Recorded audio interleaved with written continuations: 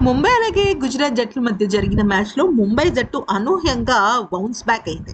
అయితే ఇక మొదటగా చాలా వేగంగా వికెట్లు పడిపోవడము, అలాగే తిలక్ వర్మ కూడా 22 బంతుల్లో 19 పరుగులే చేయటము, ఇవన్నీ చూసి అబ్బా! మొన్న ఒక మ్యాచ్ గెలిచింది ముంబై జట్టు మళ్ళీ ఓడిపోతుంది. ఇంక చెన్నై, కోల్‌కతా ఈ వీళ్ళ బాటలోనే వెళ్ళిపోతుంది అనుకునే టైంకి ఇక తిలక్ వర్మ పుంజుకున్నాడు.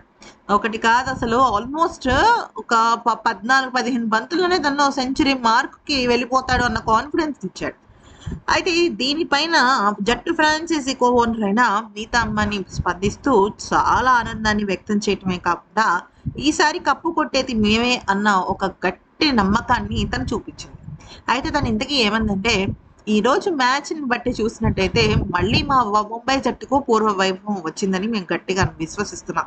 ఎందుకనంటే ఎన్నో సందర్భాలలో మేము ఇప్పటివరకు కొట్టిన అన్ని సందర్భాల్లో ట్రోఫీ కొట్టినా, లేకపోతే ఫైనల్స్‌లో ఓడిపోయినా ఎప్పుడైనా సరే చాలా మ్యాచెస్‌లో మేము ఓడిపోయాము. ఇక ప్లే ఆఫ్‌కి వెళ్ళే అవకాశం లేదు అనుకున్నా కూడా, అటువంటి సమయంలో మా జట్టు కూడబడుకొని మళ్ళీ బౌన్స్ బ్యాక్ అయింది. ఇటువంటి ఎన్నో బౌన్స్ బ్యాక్‌లో మా ముంబై జట్టుకి చాలా స్పెషల్ ఇది ఇస్తాయి. అంటే స్పెషల్ అట్రాక్షన్ ఇస్తాయి. ఇక తిలక్ వర్మ గురించి నేను ఎంత చెప్పినా తక్కువే. తను మా ముంబై ఇండియన్స్‌కి ఒక స్మాల్ బేబీ లాంటివాడు. ఎందుకనంటే తన జర్నీని మాతోనే స్టార్ట్ చేశాడు. మా కళ్ళ ముందే ఇంత గొప్ప ఆటగాడిగా ఎదగడం, జట్టులో తను అద్భుతమైన స్థానాన్ని సంపాదించుకోవడం, ఇవన్నీ కూడా మాకు చాలా ఆనందాన్ని ఇస్తూ ఉంటాయి. గత కొన్ని రోజులుగా తను కొద్దిగా తడబడుతున్న మాట నిజమే కానీ, మేం బౌన్స్ బ్యాక్ అయ్యాము అంటే జట్టు మామూలుగా ఉండదు. ఖచ్చితంగా ప్లే ఆఫ్‌కి వెళ్తాం. ఇక హార్దిక్ పాండ్యా, రోహిత్ శర్మ వీళ్ళందరూ కూడా అద్భుతంగా రాణించారు. అయితే నేను ఖచ్చితంగా ఒక వ్యక్తినైతే పొగడాలి.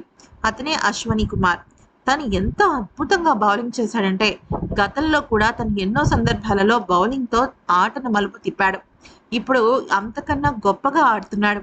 ఇంతకు మించిన సాటిస్ఫాక్షన్ ఇంకేమీ లేదు. ఐయామ్ సూపర్ హ్యాపీ అంటూ ఆవిడ ఆనందాన్ని వ్యక్తం చేసింది.